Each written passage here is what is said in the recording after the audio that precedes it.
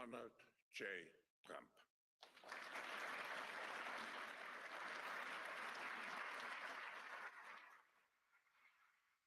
Well, thank you very much, Klaus, and hello to everyone in beautiful Davos.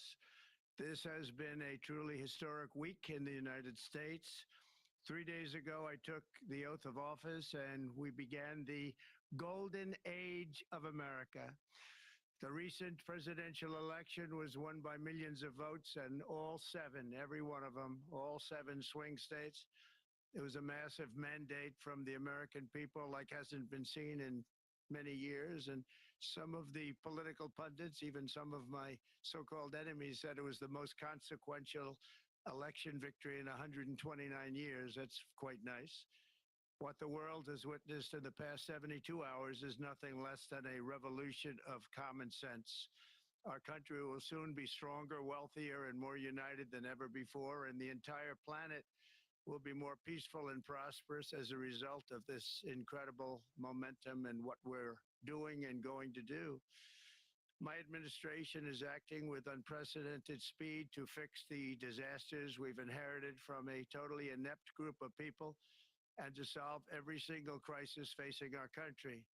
This begins with confronting the economic chaos caused by the failed policies of the last administration.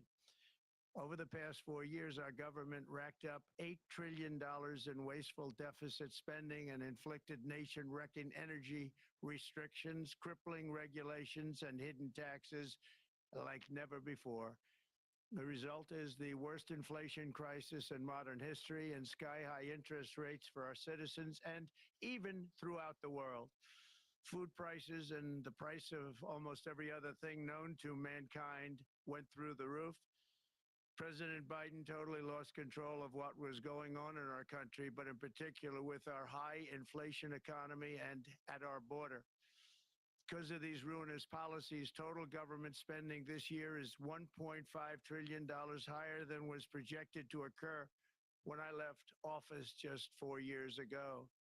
Likewise, the cost of servicing the debt is more than 230% higher than was projected in 2020. The inflation rate we are inheriting remains 50% higher than the historic target. It was the highest inflation probably in the history of our country.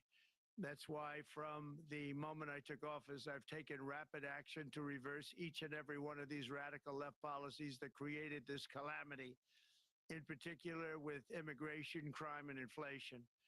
On day one, I signed an executive order directing every member of my cabinet to marshal all powers at their disposal to defeat inflation and reduce the cost of daily life.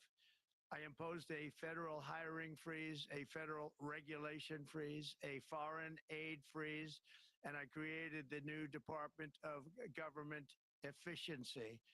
I terminated the ridiculous and incredibly wasteful Green New Deal. I call it the Green New Scam.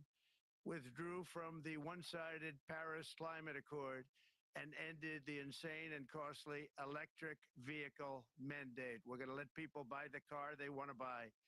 I declared a national energy emergency, and it's so important, national energy emergency to unlock the liquid gold under our feet and pave the way for rapid approvals of new energy infrastructure.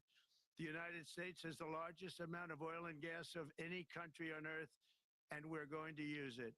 Not only will this reduce the cost of virtually all goods and services, it'll make the United States a manufacturing superpower and the world capital of artificial intelligence and crypto.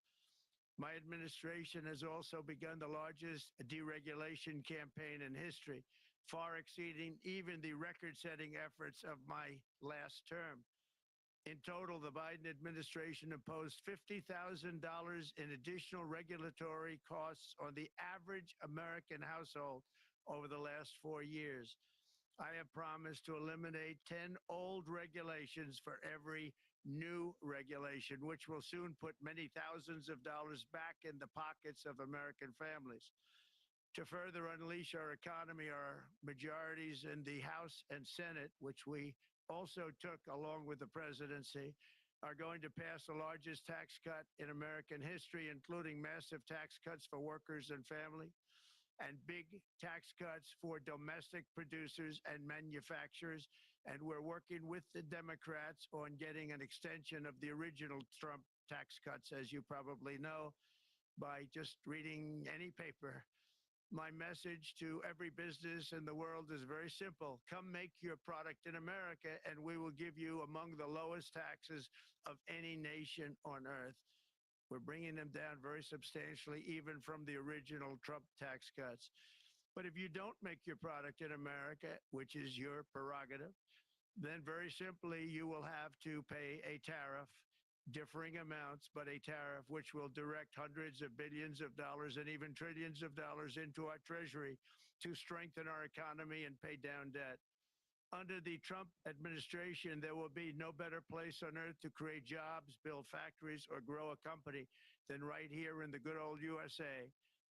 Already Americans you can see this, I think, maybe even in your wonderful, wonderful room that you're all gathered together, so many of my friends, but Americans, the economic confidence is soaring like we haven't seen in many, many decades, maybe not at all. Upon my election, it was just announced that small business optimism skyrocketed by 41 points in a single month. That's the highest ever. There's never been anything like that.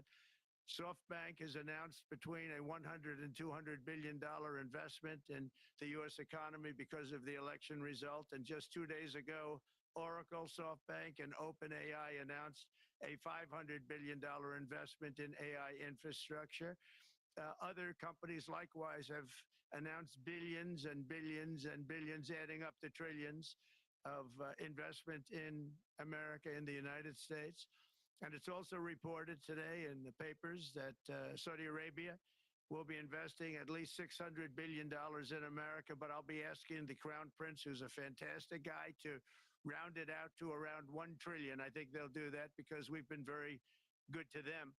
And I'm also going to ask Saudi Arabia and OPEC to bring down the cost of oil. You got to bring it down, which frankly, I'm surprised they didn't do before the election. That didn't show a lot of love by them not doing it. I was a little surprised by that. If the price came down, the Russia-Ukraine war would end immediately. Right now, the price is high enough that that war will continue. You got to bring down the oil price. You got to end that war. They should have done it long ago. They're very responsible, actually, to a certain extent for what's taking place. Millions of lives are being lost. With oil prices going down, I'll demand that interest rates drop immediately, and likewise, they should be dropping all over the world. Interest rates should follow us. All over the progress that you're seeing is happening because of our historic victory in a recent presidential election, one that has become quite well known throughout the world. I think a lot of things are happening to a lot of countries. They say that there's light shining all over the world since the election, and even countries that we aren't particularly friendly with are happy because they understand what there is a future and how great the future will be. Under our leadership, America is back and open for business. And this week, I'm also taking swift action to stop the invasion at our southern border. They allowed people to come in at levels that nobody's ever seen before. It was ridiculous. I decided and declared to do, and very, very importantly, a national emergency on our border, immediately halted all entry of illegal border crossers, of which there were many, and began promptly returning the illegal trespassers back to the place from which they came. That action, as you've probably seen, has already started very strongly. I've deployed active duty U.S. military and National Guard troops to the border to assist in repelling the invasion. It was really an invasion. We will not allow our territory to be violated. After 4 long years, the United States is strong and sovereign and a beautiful nation. Once again, it's a strong, sovereign nation. In addition, I'm pleased to report that America is also a free nation once again. On day one, I signed an executive order to stop all government censorship. No longer will our government label the speech of our own citizens as misinformation or disinformation, which are the favorite words of censors and those who wish to stop the free exchange of ideas and, frankly, progress. We have saved free speech in America, and we've saved it strongly. With another historic executive order this week, I also ended the weaponization of law enforcement against the American people and, frankly, against politicians, and restored the fair, equal, and impartial rule of law. My administration has taken action to abolish all discriminatory diversity, equity, and inclusion nonsense. And these are policies that were absolute nonsense throughout the government and the private sector. With the recent yet somewhat unexpected great Supreme Court decision just made, America will once again become a merit-based country. You have to hear that word, merit-based country. And I've made it official, an official policy of the United States, that there are only two genders, male and female. And we will have no men participating in women's sports, and transgender operations, which became the rage, will occur very rarely. Finally, as we restore common sense in America, we're moving quickly to bring back strength and peace and stability abroad. I'm also going to ask all NATO nations to increase defense spending to 5% of GDP, which is what it should have been years ago.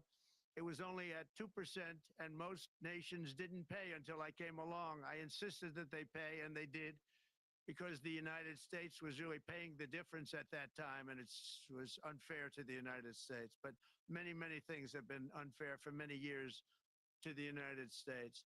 Before even taking office, my team negotiated a ceasefire agreement in the Middle East, which wouldn't have happened without us, as I think most of the people in the room know. Earlier this week, the hostages began to return to their families. They are returning, and it's a beautiful sight, and they'll be coming in more and more. They started coming back on Sunday. Our efforts to secure a peace settlement between Russia and Ukraine are now hopefully underway. It's so important to get that done. That is an absolute killing field. Millions of soldiers are being killed. Nobody's seen anything like it since World War II. They're laying dead all over the flat fields. It's a flat field farmland. And there's millions of Russians and millions of Ukrainians. Nobody's seen anything like it since World War II. It's time to end it. And here in America, we have big events coming up. Next year, we have the 250th anniversary of America's founding. I'm so honored to be president during that. That's been a big event. They've been talking about it for 10 years. We also have the World Cup. And I understand Gianni's in the room. Infantino, he was very instrumental in helping us get it. He's there with you someplace, I think, and I want to thank him for that. And then we have the Olympics coming up, which I was instrumental in getting also in my first term. And who would have known that by skipping a term, I would get the Olympics? I was upset. I said, you know, I got the Olympics to come and I won't be president. But it turned out through a stroke of luck, or whatever you might call it, that I'm going to be president during the World Cup and the Olympics and the 250th anniversary. So that's going to be three big events. And we've accomplished more in less than 4 days. We have really been working 4 days than other administrations have accomplished in 4 years. And we're just getting started. It's really an amazing thing to see. And the spirit and the light over our country has been incredible. Under the last administration, our nation has suffered greatly, but we're going to bring it back and make it greater, bigger, stronger, better than ever before. I want to thank everybody for being with you. I would have been there myself, except the inauguration was 2 days ago. I thought it might be a little bit quick to make it the first stop, but we'll get there one day. We hope to get there. But I do appreciate, I heard the audience is fantastic, and many of my friends are in the audience, and I will be taking questions now from some very distinguished people. Thank you all very much.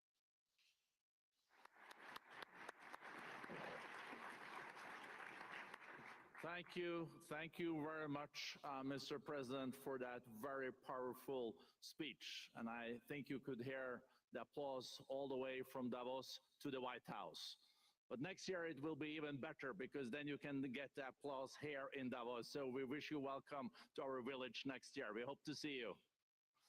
Thank you very much. So we also know, Mr. President, that you open up for interaction here. We have a great panel with some of the most distinguished business people in the world. Let me start with someone that you know really well, that I think is almost a neighbor of you in in Florida. Um, Mr. Steve Schwartzman, Chairman, CEO, and co-founder of Blackstone Group. So, Steve, floor is yours. Well, Mr. President, I'm sure the Crown Prince of Saudi Arabia will be really glad you gave this speech today.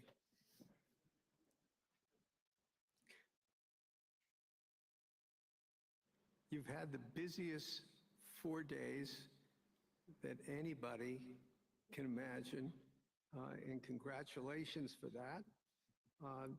My question is about some of the things I've observed here at Davos. It's a terrific forum. I've met lots of people, as usual. I think I've been here 30 years. And a lot of the European business people have expressed enormous frustration with the regulatory regime in the EU, and they attribute slower growth rates here because of the numerous factors, but especially because of regulations.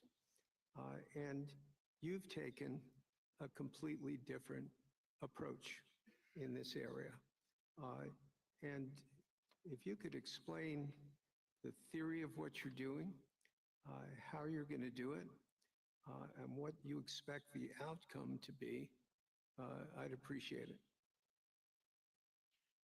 Well, thank you very much, and congratulations, Steve. You're a friend of mine, but on a great career. You have had an amazing career, and it continues. I just want to congratulate you. Very inspirational to a lot of people.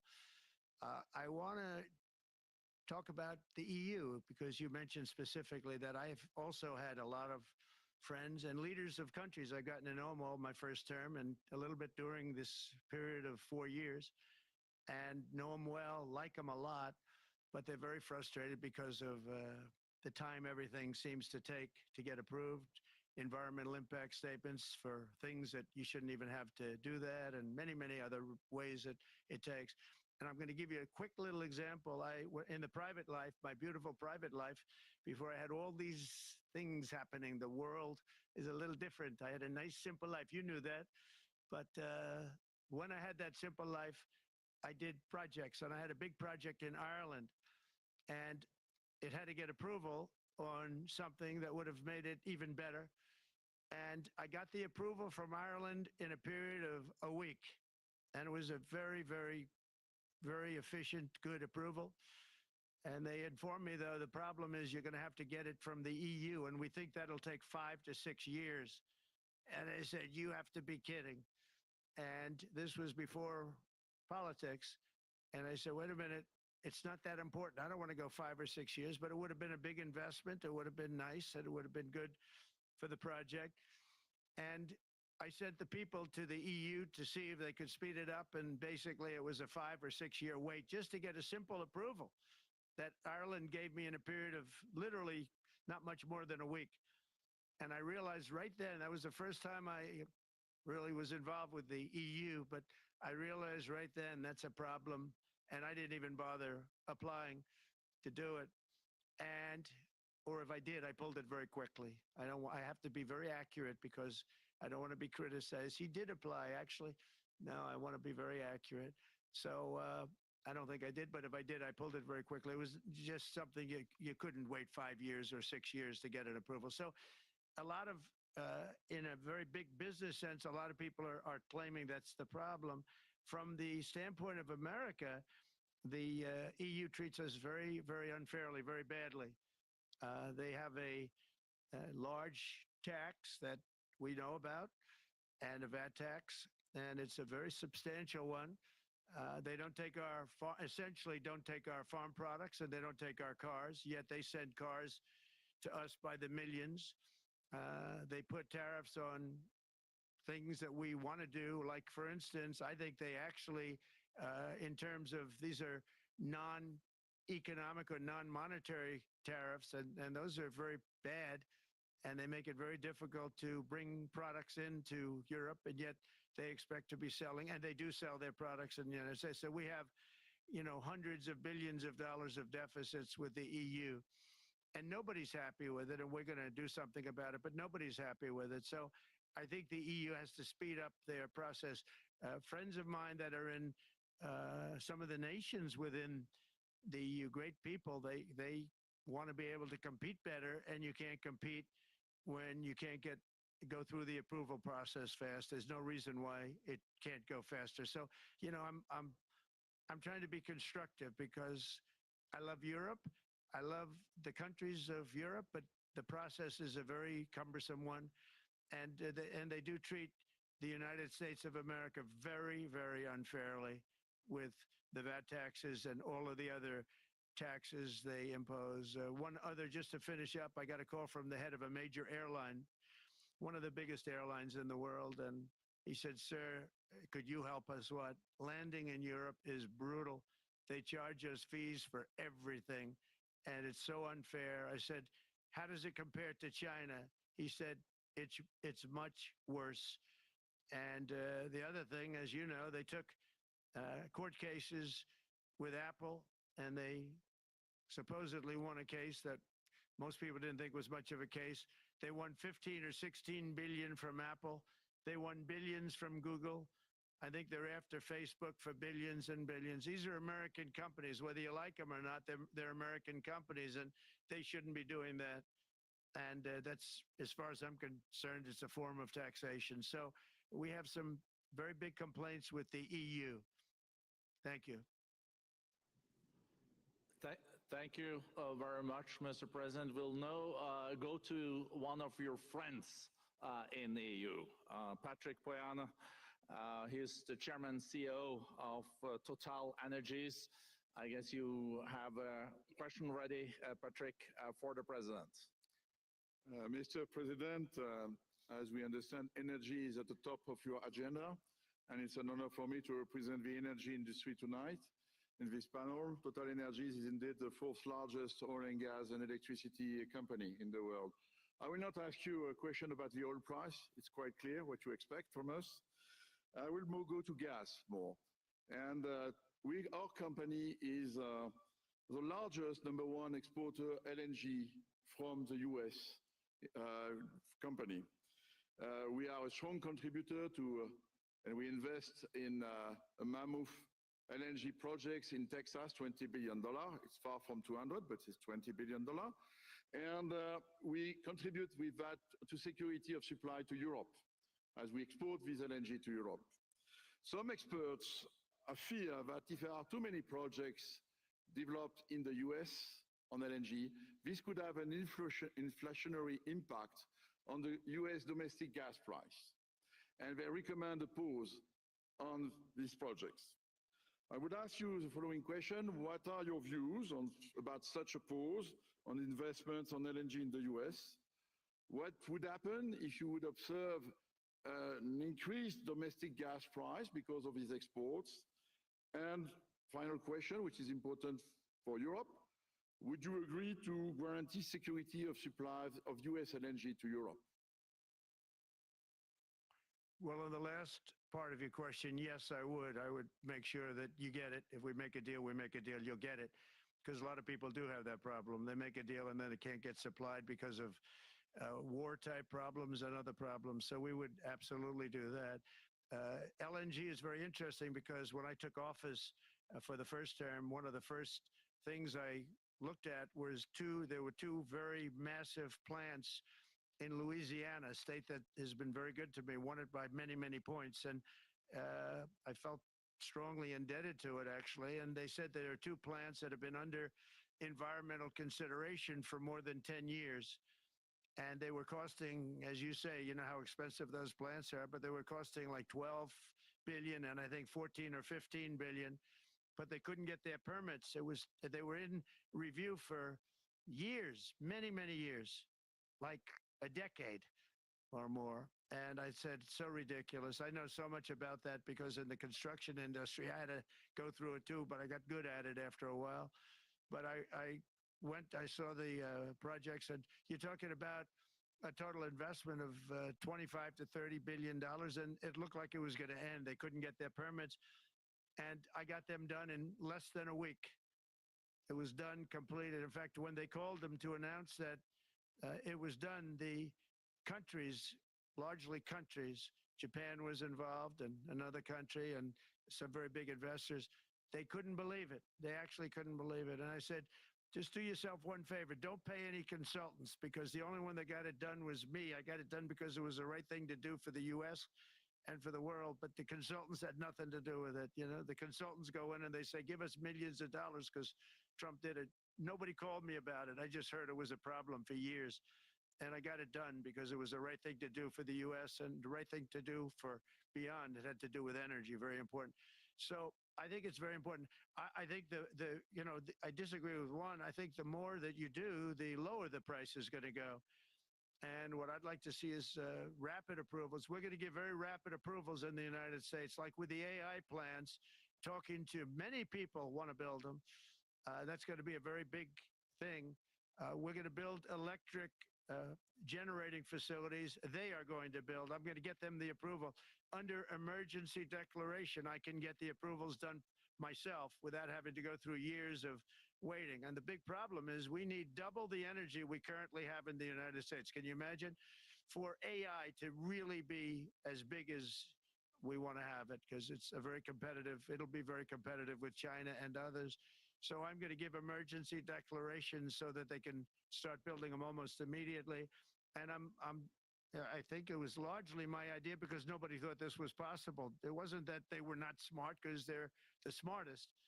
But I told them that what I want you to do is build your electric generating plant right next to your plant as a separate building connected. And they said, wow, you're kidding. And I said, no, I'm not kidding. You don't have to hook into the grid, which is old and, could be taken out. If it's taken out, they wouldn't have any way to get any electricity. So we are going to allow them to go on a very rapid basis to build their plant, build the electric generating plant. They can fuel it with anything they want, and they may have coal as a backup, good, clean coal. If there were a problem with a pipe coming in, as an example, you're going with gas, oil or gas, and a pipe gets blown up or for some reason doesn't work, there are some companies in the U.S. that have coal sitting right by the plant so that if there's an emergency, they can go to that short-term basis and use our very clean coal. So that's something else that a lot of people didn't even know about. But nothing can destroy coal, not the weather, not a bomb, nothing. It might make it a little smaller, might make it a little different shape, but coal is very strong as a backup. It's a great backup to have that facility, and it wouldn't cost much more money. And we have more coal than anybody. We also have more oil and gas than anybody. So we're going to make it so that the plants will have their own electric generating facilities attached right to their plant. They don't have to worry about a utility. They don't have to worry about anything. And we're going to get very rapid approvals. Thank you. Thank you so much, Mr. President. We'll now go to another CEO that you know very well, Brian Moynihan, the CEO and Chair of Bank of America. Good afternoon, Mr. President, and congratulations, and obviously an eventful week for you and your family. If you remember 5 years ago, you came here and we walked among 150 CEOs from all over the world, and you engaged with them about your policies and your procedures. This year, you're not here, and yet this week was eventful from the orders that you mentioned earlier, literally a wave of orders coming out on immigration, on trade, and many other matters. And so, as a representative of the United States here, we got a lot of questions about what does all this mean and how would the president square this with his clear focus on growth, prosperity, market growth, stock market growth, a good bond market, and bringing down prices. So how do you think about the impact of all these orders and how fast they come out, and how you're going to balance them with that scorecard of being successful in both continuing GDP growth, bringing down inflation, and also having a good stock price appreciation for the American citizen? Well, I think it's going to actually bring down inflation. It's going to bring up jobs. We're going to have a lot of jobs. We're going to have a lot of companies moving in. Brian, we're at 21%. It was at 40%, and I got it down to 21%, the corporate tax.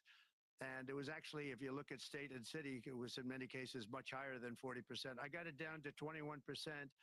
And now we're going to bring it down from 21 to 15% if, there's a big if you make your product in the U.S. So we're going to have the lowest, just about the lowest rate. It'll be, the 21 is on the low side worldwide. The 15 is about as low as it gets. And by far the lowest of a large country, a large, rich, powerful country by far, not even a contest. So we're going to bring it down to 15% if you make your product in the USA. So that's going to create a tremendous buzz. We're also probably going back to the 1 year deduction where we deduct, we did that originally, and that was amazing what the impact that had, the 1 year deduction, which built up over a period of time and then it expires. But we're going to go back to that when we do the renewal of the Trump tax plan. We have to get Democrats to approve it. But, if the Democrats didn't approve it, I don't know how they can survive with about a 45% tax increase, because that's what it would be. And so I think they're going to be, we've been working along with them pretty well.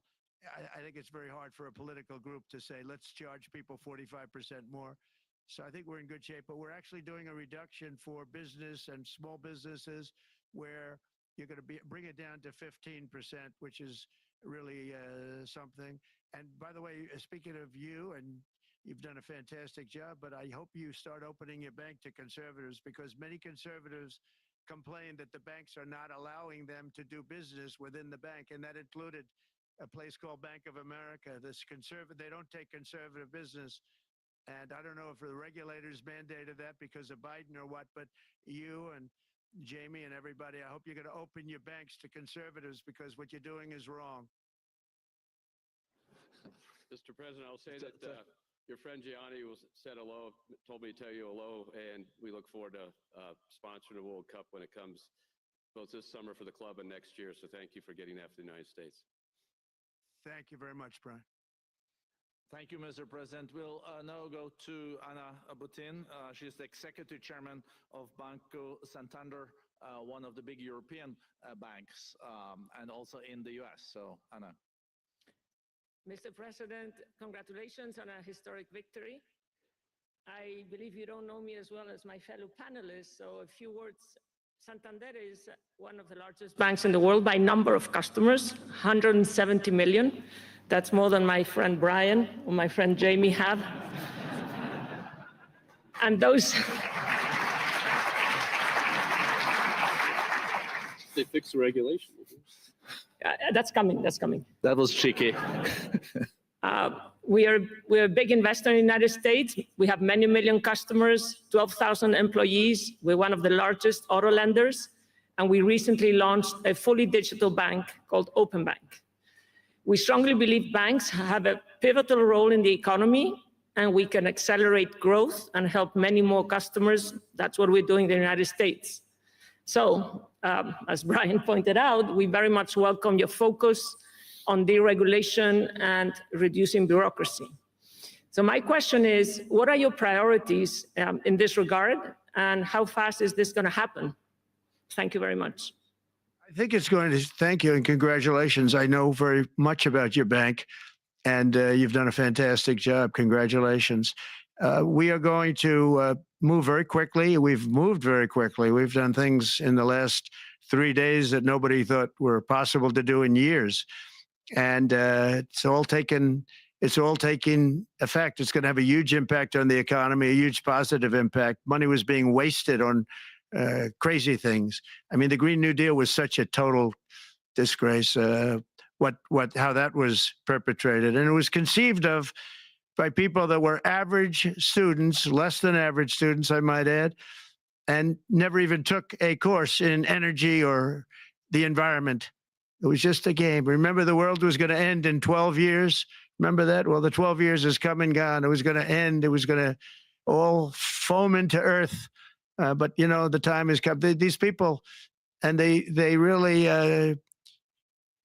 scared the Democrats large. I can't say the Republicans. The Republicans maybe could have fought harder to stop it, but it's been a tremendous waste of money. You know, during my 4 years, we had the cleanest air, we had the cleanest water, and yet we had the most productive economy in the history of our country. We had the most productive economy until COVID came. We had the most productive in the history of our country by far. And actually, you can look worldwide. We were beating everybody from China to everybody else. So, and we think we really now, with what we have learned and all of the other things that have taken place, we think we can even far surpass that. Actually, far surpass it. But we do. One thing we're going to be demanding is we're going to be demanding respect from other nations. Canada, we have a tremendous deficit with Canada. We're not going to have that anymore. We can't do it. I don't know if it's good for them. As you probably know, I say you can always become a state.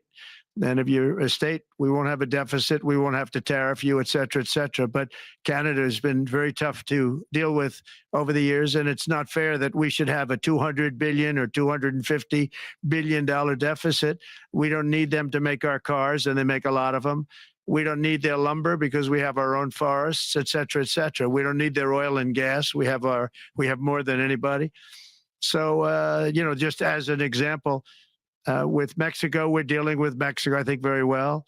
And we're just, we just want to be treated fairly with other nations, because there's hardly a nation in the world, and I blame this on us, and I blame it on politicians that, for some reason, mostly it's stupidity, but you could also say other reasons, but mostly stupidity. They've allowed other nations to take advantage of the U.S., and we can't allow that to happen anymore. We have debt. It's a very small debt when you compare it to the value of the assets that we have, but we don't want to do that. We want to just have debt be obliterated, and we'll be able to do that fairly rapidly. And a lot of good things are going to happen. And honestly, good things are going to happen for the world, and good things are going to happen for the people that are dealing with us, allies and beyond allies. One thing very important, I really would like to be able to meet with President Putin soon and get that war ended. And that's not from the standpoint of economy or anything else. It's from the standpoint of millions of lives are being wasted. Beautiful young people are being shot in the battlefield. The bullet, very flat land, as I said, and the bullet goes, there's no hiding. And a bullet, the only thing going to stop the bullet is a human body. And you have to see, I've seen pictures of what's taken place. It's a carnage, and we really have to stop that war. That war is horrible. And I'm not talking economy. I'm not talking economics. I'm not talking about natural resource. I'm just talking about there's so many young people being killed in this war. And that's not including the people that have been killed as the cities are being, knocked down building by building. So we really should get that stopped. Likewise, in the Middle East, I think we've made a lot of progress in the Middle East, and I think that's gonna come along pretty well. Thank you. Thank you, Mr. President. We know that the most consequential relationship in the world is between the U.S. and China. U.S. 28% of the global economy, China close to 20. That's almost half of the global GDP.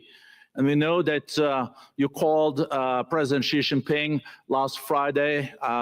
We heard that you had a good discussion. How do you see the relationship between the U.S. and China in the next 4 years under your leadership? He called me, but I see it very good. I think that we're going to have a very good relationship. All we want is fairness. We just want a level playing field. We don't want to take advantage. We've been having massive deficits with China.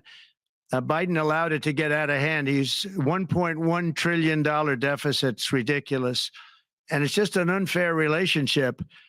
And we have to make it just fair. We don't have to make it phenomenal. We have to make it a fair relationship. Right now, it's not a fair relationship. The deficit is massive, as it is with other countries, a lot of Asian countries, actually. But we have deficits that are very big, and we can't keep doing that. So we're not going to keep doing that. But I like President Xi very much. I've always liked him. We always had a very good relationship. It was very strained with COVID coming out of Wuhan. Obviously, that strained it. I'm sure it strained it with a lot of people, but that strained our relationship. but we always had a great relationship, I would say, and we look forward to doing very well with China and getting along with China. Hopefully, China can help us stop the war with, in particular, Russia, Ukraine. They have a great deal of power over that situation, and we'll work with them. And I mentioned that during our phone conversation with President Xi, and hopefully we could work together and get that stopped. We'd like to see denuclearization. In fact, with President Putin, prior to an election result, which was frankly ridiculous, we were talking about denuclearization of our two countries, and China would have come along. China has a much smaller right now nuclear armament than us, or field than us, but they're going to be catching it at some point over the next 4 or 5 years. And I will tell you that President Putin really liked the idea of cutting way back on nuclear. And I think the rest of the world, we would have gotten them to follow. And China would have come along too. China also liked it. Tremendous amounts of money are being spent on nuclear. And the destructive capability is something that we don't even want to talk about today because you don't want to hear it. It's too depressing. So we want to see if we can denuclearize, and I think that's very possible. And I can tell you that President Putin wanted to do it. He and I wanted to do it. We had a good conversation with China. They would have been involved, and that would have been an unbelievable thing for the planet. Mr. President, when you're back here in Davos next year, will there be then a peace agreement with Ukraine and Russia by then? Well, you're going to have to ask Russia. Ukraine is ready to make a deal. Just so you understand, this is a war that should have never started. If I were president, it would never have started. This is a war that should have never, ever been started.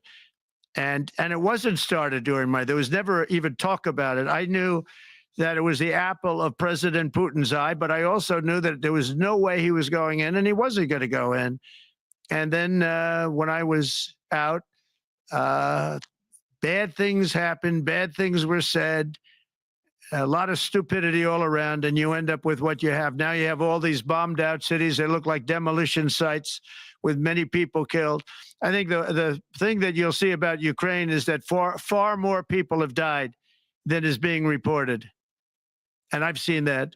But far, far more people have died. When you look at a city that's become a demolition site where big buildings have been collapsed by missiles hitting them and everything else, and they say one person was slightly injured. No, many people were killed. Those are big buildings. I was surprised at how that was my business. These are buildings that go 2 and 3 blocks long. They're 20 stories high. They're big, powerful buildings, and they were knocked down, and there were a lot of people in those buildings. That announced that 2 people were injured. That's not true. So I think you're going to find that there were many more people killed in Ukraine in the Ukraine war than anybody has any idea. But if you look now, so many of the people being killed are soldiers just facing each other with guns, rifles, and drones, the new form of warfare, drones. And it's a very sad thing to see. And when you see pictures of the fields that I see, nobody wants to see it. You'll never be the same. Thank you very much, Mr. President, on behalf of all the 3,000 participants here in Davos. We really underline that joining us the third day in your presidency, live taking questions here is so appreciated. And we are already ready for receiving you next year in person. So thank you very much, and all the best from Davos. Thank you. Thank you very much. Thank you.